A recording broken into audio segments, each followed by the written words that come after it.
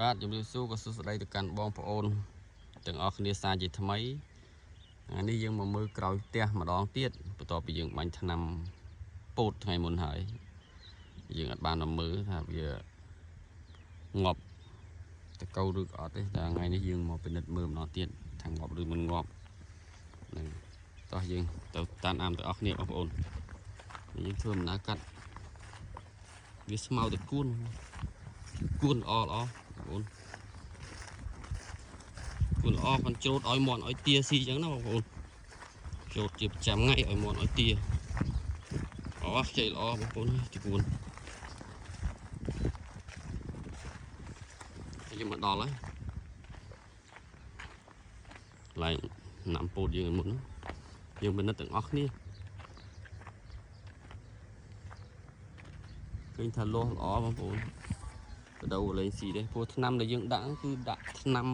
សម្រាប់ដង្កូវនិងថ្នាំប៉ូវបញ្ចូលគ្នាអញ្ចឹងមើលនេះតកៅស៊ីពីមុនឥឡូវរស់ស្អាតវិញមើលស្លឹកស្រស់ល្អបងប្អូននៅមានតកៅមួយដែរបងប្អូននេះតកៅតែវាងាប់បងប្អូនវាងាប់ក្នុងស្លឹកហ្នឹងហ្មងអូវាក្រាញ់ងាប់ហ្មងយើងឆ្នាំខ្លាំងគេមែនងាប់លោះល្អវិញកៅស៊ីគេមុនអស់លីងបងប្អូនស្លឹកវាមើលនេះឥឡូវលោះខ្ចីវិញល្អគេស្ងាត់ចាស់យើងទៅមុខទៀតចាពិនិត្យម្ដងមួយបងប្អូនអើយនេះថ្ងៃមុនយើងបាញ់ថ្នាំហើយបានមកព្រឹកល្ងាចឡើងភ្លៀងយើងអត់ពឹងថាវាថ្នាំមានប្រសិទ្ធភាពផងព្រោះភ្លៀងមកស្រោច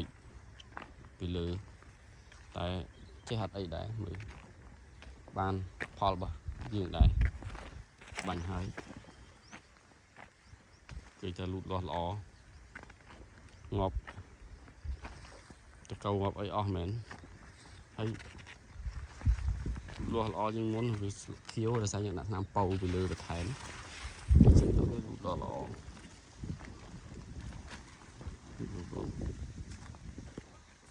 ណាបងប្អូន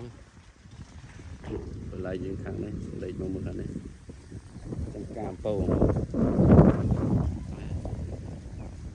ឆ្នាំនេះគេដាំនេះហៅដីចោលវាដីនៅទៅនេះចេះអត់ដាំហើយវាអត់សូវល្អអញ្ចឹងគេហាលចោលអញ្ចឹងដាំតែយើងដាំពោតអត់ដាំទេទៅឆ្នាំទៅបូកបាទនេះថ្ងៃមុនស្លឹកដកនេះកដោបឬក៏តកៅស៊ីអស់លីងណាតែឡូវដោះវិញចាទេលាស់វិញ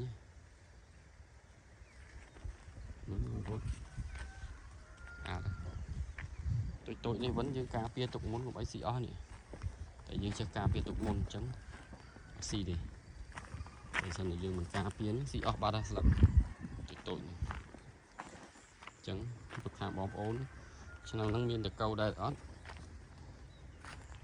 ខាងខ្ញុំនេះឆ្នាំហ្នឹងមានតកៅតាមពោតកៅច្រើនបងប្អូនអើយតែយើងប្រការពារបានល្អពីអញ្ចឹងទៅវាកាត់បន្ថយការខាត់បងខ្លះ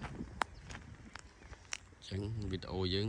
មានតែប៉ុណ្្នឹងបងប្អូនឃើញថាវាអត់អីទេបានផលអញ្ចឹងអរគុណច្រើនជម្រាបលា